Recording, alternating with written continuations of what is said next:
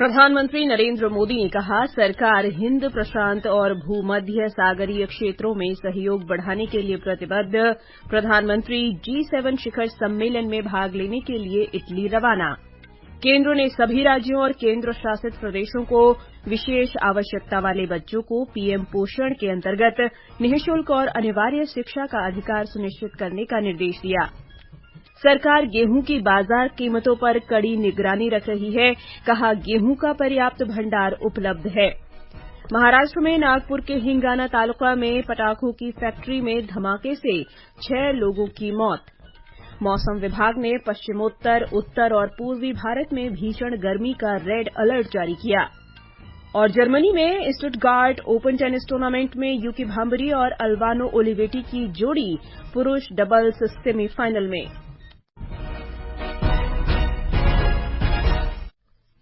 समाचार संध्या के साथ मैं जागृति शर्मा। प्रधानमंत्री नरेंद्र मोदी G7 बैठक में भाग लेने के लिए आज शाम इटली के अपुलिया के लिए रवाना हो गए। रवाना होने से पहले प्रधानमंत्री ने कहा कि उनकी सरकार भारत इटली रणनीतिक भागीदारी और हिंद प्रशांत तथा भूमध्य सागरीय क्षेत्र में सहयोग को सुदृढ़ करने के लिए प्रतिबद्ध है। श्री मोदी ने कहा कि वे इटली की प्रधानमंत्री जॉर्जिया मेलोनी के आमंत्रण पर G शिखर सम्मेलन में भाग लेने के लिए इटली की यात्रा पर जा रहे हैं। श्री मोदी ने कहा कि लगातार तीसरे कार्यकाल में G7 बैठक में भाग लेने के लिए इटली की अपनी पहली यात्रा से वे प्रसन्न हैं। उन्होंने कहा कि पिछले साल इटली के प्रधानमंत्री की भारत की 2 यात्राओं से दोनों देशों के द्विपक्षीय संबंधों को बढ़ावा मिला है। G7 शिखर सम्मेलन आज शुरू हो गया है। प्रधानमंत्री आउटरीच शिखर सम्मेलन के लिए आमंत्रित अन्य देशों के साथ कल आउटरीच सत्र में भाग लेंगे। इस सत्र में कृत्रिम बुद्धिमत्ता, ऊर्जा, अफ्रीका और भूमध्य सागर पर ध्यान केंद्रित किया जाएगा। ये एक ब्लॉक एजेंडा आइटम होगा जहां G7 और आउटरीच देश अपने विचार और परिप्रेक्ष्य साझा करेंगे। G7 शिखर सम्मेलन में भारत की नियमित भागीदारी उन प्रयासों की बढ़ती मान्यता और योगदान की ओर इशारा करती है जो भारत शांति, सुरक्षा, विकास और पर्यावरण संरक्षण सहित वैश्विक चुनौतियों को हल करने की कोशिश में लगातार कर रहा है। इटली की अध्यक्षता में G7 शिखर सम्मेलन ने चालू वर्ष के लिए कुछ प्रमुख प्राथमिकताएं चुनी हैं। ये हैं रूस यूक्रेन, मध्य पूर्व में संघर्ष, विकासशील देशों के साथ संबंध और अफ्रीका और भारत प्रशांत क्षेत्र पर ध्यान केंद्रित करने वाली उभरती अर्थव्यवस्थाएं। G7 शिखर सम्मेलन के इतर प्रधानमंत्री द्वारा G7 के नेताओं, आउटरीच देशों और अंतर्राष्ट्रीय संगठनों के साथ द्विपक्षीय बैठकें और चर्चा करने की भी उम्मीद है। सुपर्णा सैकिया की रिपोर्ट के साथ समाचार कक्ष से स्पर्श सक्सेना। शिक्षा मंत्रालय ने विशेष आवश्यकता वाले सभी बच्चों के लिए अनिवार्य शिक्षा का अधिकार और पीएम पोषण के तहत मुफ्त पोषण संबंधी सहायता सुनिश्चित करने के लिए सभी राज्यों और केंद्र शासित प्रदेशों को एक दिशा निर्देश जारी किया है। मंत्रालय ने आज कहा कि सरकारी या सरकारी सहायता प्राप्त विशेष स्कूलों में पढ़ने वाले विशेष आवश्यकता वाले सभी बच्चों को निःशुल्क और अनिवार्य शिक्षा का अधिकार प्रदान किया जाए। इनमें मुफ्त वर्दी, पाठ्यपुस्तकें और प्रधानमंत्री पोषण योजना के अंतर्गत मध्याह्न भोजन शामिल हैं। राष्ट्रीय पात्रता सह प्रवेश परीक्षा नीट में कृपांक प्राप्त करने वाले 1563 अभ्यर्थियों की दोबारा परीक्षा 23 जून को होगी। राष्ट्रीय परीक्षा एजेंसी ने आज कहा कि इस बारे में शीघ्र ही सूचना जारी की जाएगी और इन परीक्षार्थियों को ईमेल के माध्यम से सूचना प्रदान की जाएगी। एजेंसी ने कहा कि दोबारा परीक्षा का निर्णय सर्वोच्च न्यायालय की टिप्पणी के बाद लिया गया है। न्यायालय ने 1563 परीक्षार्थियों को प्रदान किए गए अनुग्रह या पूरक अंक वापस लेने का निर्देश दिया था। इस बीच केंद्रीय शिक्षा मंत्री धर्मेंद्र प्रधान ने नीट परीक्षा के प्रश्न पत्र लीक होने की बात से इनकार किया है। उन्होंने इस बात पर बल दिया कि नीट परीक्षा में कोई भ्रष्टाचार नहीं हुआ है। सुप्रीम कोर्ट के एक बहुत स्पष्टता के साथ ऑर्डर आई है, उसको मैं स्वागत करता हूं। नीट को लेके जो एक संशय और जो शंका सामने आई थी वो आज समाप्त हो रही है। आने वाले दिनों में सारे प्रकार की शंका को दूर करने के लिए और पारदर्शिता लिया जाएगा।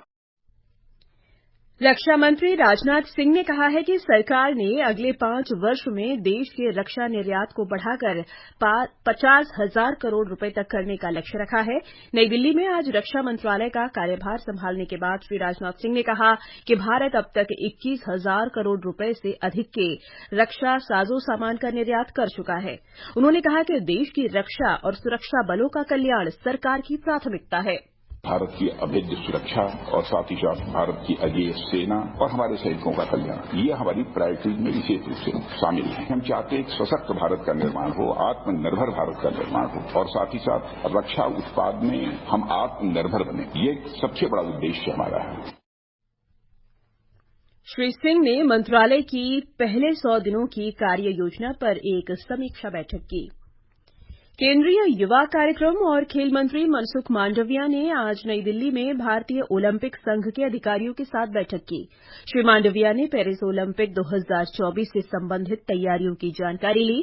बैठक के बाद भारतीय ओलंपिक संघ की अध्यक्ष पीटी उषा ने कहा कि सभी तैयारियां हो चुकी हैं और खिलाड़ियों को सर्वोच्च प्राथमिकता पर सभी सुविधाएं दी गई हैं। उन्होंने कहा कि भारतीय ओलंपिक संघ को इस बार टोक्यो ओलंपिक से भी ज्यादा पदकों की उम्मीद है। We have done everything for sports people, and whatever the players want, we have done this time. So I hope the preparation has gone well, and we are expecting this time more medal than Tokyo. केंद्रीय नागरिक उड्डयन मंत्री किंजरापू राममोहन नायडू ने आज नई दिल्ली में पदभार ग्रहण किया। श्री नायडू ने कहा कि उड़ानों का नियमित संचालन उनकी सर्वोच्च प्राथमिकता है। हवाई किरायों पर उन्होंने कहा कि उनकी प्राथमिकता कीमतों को कम करना तथा इसे और अधिक किफायती बनाना होगा। Our intention is to take air travel to the common man. Unless you make it affordable, it is not going to happen. And our target is also to make India the biggest domestic civil aviation market in the whole world. So to achieve that, the prices have to be affordable. So our policy making, we are going to take this as a strong point and take necessary steps. ये समाचार आकाशवाणी से प्रसारित किए जा रहे हैं। ताजा समाचार जानने के लिए आप हमारे Twitter handle @AIR News Hindi को फॉलो कर सकते हैं। बग्गा को नहाने का पानी चाहिए। बग्गा ने नल खोला, पानी आना शुरू। ऐसे ही विमला को धुलाई, सावित्री को सफाई और रघु को सिंचाई के लिए पानी चाहिए। पर कभी सोचा है कितना सारा पानी आता कहाँ से? अब आप कहेंगे कि जमीन के नीचे से। आगे भी जमीन के नीचे से ऐसे ही पानी आए, इसके लिए इस बारिश से पहले ही वर्षा जल संचयन की व्यवस्था करें। तालाबों, पोखरों और नालियों को साफ करके वर्षा जल संचयन अभियान कैच द रेन का हिस्सा बने। जल शक्ति मंत्रालय, भारत सरकार द्वारा जनहित में जारी। ये आकाशवाणी है। सरकार ने आज कहा कि वो गेहूं के बाजार मूल्य पर कड़ी निगरानी रख रही है। उपभोक्ता कार्य, खाद्य और सार्वजनिक वितरण मंत्रालय ने कहा कि जमाखोरी रोकने और गेहूं के बाजार मूल्य में स्थिरता बनाए रखने के लिए उचित उपाय किए जाएंगे।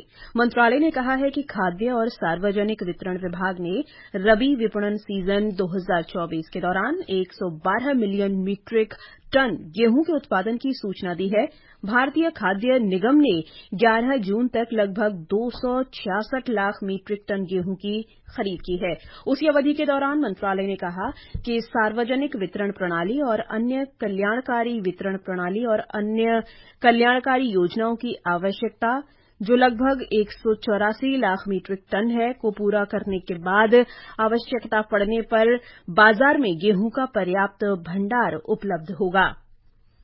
महाराष्ट्र के नागपुर शहर के नजदीक हिंगाना तालुका के धमाना में आज दोपहर एक पटाखा कारखाने में विस्फोट होने से 6 लोगों की मृत्यु हो गई और 4 गंभीर रूप से घायल हो गए। घायलों को उपचार के लिए नागपुर के एक निजी अस्पताल में भर्ती कराया गया है। केंद्रीय मंत्री नितिन गडकरी ने इस घटना पर शोक व्यक्त किया है। उन्होंने सोशल मीडिया पर एक संदेश में अपने सम्मान में नागपुर में होने वाले समारोह को रद्द करने की अपील की है। सिक्किम में प्रेम सिंह तमांग के नेतृत्व वाली नई मंत्रिपरिषद के लिए विभागों का आवंटन कर दिया गया है। मुख्यमंत्री तमांग ने गृह, वित्त, योजना एवं विकास, कार्मिक, ऊर्जा, उत्पाद शुल्क, भूमि राजस्व एवं आपदा प्रबंधन, परिवहन, सूचना एवं जनसंपर्क, सूचना प्रौद्योगिकी और कौशल विकास विभाग अपने पास रखे हैं।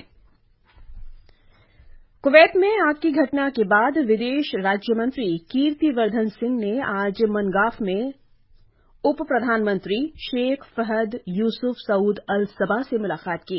उप प्रधानमंत्री ने कुवैत के अमीर की ओर से इस घटना पर अपनी संवेदना व्यक्त की और सभी आवश्यक सहायता सुनिश्चित करने के निर्देश दिए।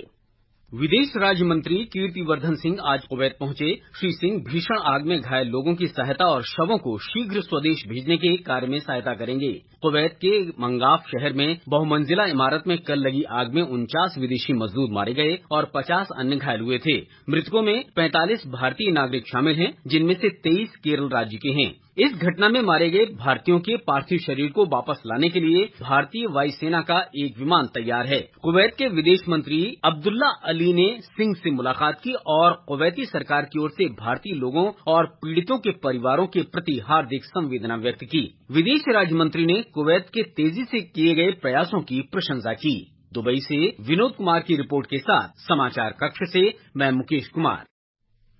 भारत ने 7 जून को चीन और पाकिस्तान के संयुक्त बयान में जम्मू कश्मीर के संदर्भ को स्पष्ट रूप से खारिज कर दिया है। विदेश मंत्रालय के प्रवक्ता रणधीर जायसवाल ने कहा कि जम्मू कश्मीर और लद्दाख भारत के अभिन्न और अविभाज्य अंग हैं और हमेशा रहेंगे। उन्होंने कहा कि किसी अन्य देश को इस मुद्दे पर टिप्पणी करने का कोई अधिकार नहीं है। ये समाचार हमारी वेबसाइट newsonair.gov.in/hindi और हमारे mobile app news on AIR पर भी उपलब्ध हैं। हमारी पहचान ऊंची उड़ान, चलते हम साहस का हाथ थाम, हमारे जज्बे और जुनून से गूंजता आसमान। हम हैं बुलंद आकाश में मातृभूमि की मुस्कान। बनिए भारतीय वायुसेना का हिस्सा। शुरू हो गई है भारतीय वायुसेना में अफसरों की भर्ती। आवेदन की अंतिम तिथि 28 जून 2024। अधिक जानकारी के लिए लॉग इन करें www.careerindianairforce.cdac.in। समाचार संध्या में आपका फिर स्वागत है। मौसम विभाग ने भीषण गर्मी के कारण कल उत्तर पश्चिम, उत्तर और पूर्वी भारत में ऑरेंज तथा रेड अलर्ट जारी किया है। मौसम विभाग ने कहा है कि अगले 2 दिनों तक पंजाब, हरियाणा, उत्तर प्रदेश, बिहार, झारखंड, छत्तीसगढ़ और ओडिशा के कुछ हिस्सों में गंभीर लू की स्थिति बनी रहेगी। एक विभाग के अनुसार पंजाब, हरियाणा, उत्तरी राजस्थान, जम्मू कश्मीर, हिमाचल प्रदेश और पश्चिम बंगाल के कुछ हिस्सों सहित उत्तर भारत के अन्य इलाकों में भीषण गर्मी का अलर्ट रहेगा। मौसम विभाग ने कहा कि अगले 2-3 दिनों के दौरान महाराष्ट्र, छत्तीसगढ़, ओडिशा, तटीय आंध्र प्रदेश और बंगाल की खाड़ी के उत्तर पश्चिम के कुछ और क्षेत्रों में दक्षिण पश्चिम मानसून के आगे बढ़ने के लिए स्थिति अनुकूल है। विभाग ने अगले 4 से 5 दिन के दौरान पश्चिम बंगाल के उप हिमालयी क्षेत्रों, सिक्किम और पूर्वोत्तर भारत में तेज से बहुत तेज वर्षा की संभावना व्यक्त की है। समाचार कक्ष से सरफिरोजी। एनसीआरबी ने नए आपराधिक कानूनों के बारे में पूरी सूचना उपलब्ध कराने के लिए एक मोबाइल एप्लीकेशन एनसीआरबी संकलन ऑफ आपराधिक विधि जारी किया है। नए आपराधिक कानून अगले महीने की 1 तारीख से प्रभावी हो जाएंगे। इस ऐप में भारतीय न्याय संहिता, भारतीय नागरिक सुरक्षा संहिता और भारतीय साक्ष्य अधिनियम के बारे में जानकारी दी गई है। ये एप्लीकेशन ऑफलाइन भी काम करेगा। ये गूगल प्ले स्टोर और एप्पल प्ले स्टोर पर उपलब्ध है। स्टुटगार्ट ओपन में भारतीय खिलाड़ी यूकी भांबरी और फ्रांस के अल्बानो ओलिवेटी की जोड़ी ने सेमीफाइनल में प्रवेश कर लिया है। उन्होंने फ्रांस के थियो अरिबागे और सादियो डोम्बिया की जोड़ी को 6-3, 6-2 से हराया। सेमीफाइनल में उनका मुकाबला रॉबर्ट गैलेवो और जूलियन कैश की जोड़ी से होगा। आईसीसी टी20 क्रिकेट विश्व कप में किंग्सटाउन में बांग्लादेश और नीदरलैंड्स के बीच मुकाबला जारी है। टॉस जीतकर नीदरलैंड्स ने पहले गेंदबाजी का फैसला किया है। ताजा समाचार मिलने तक बांग्लादेश ने 6ठे ओवर में 2 विकेट खोकर 50 रन बना लिए हैं। अंत में मुख्य समाचार एक बार फिर।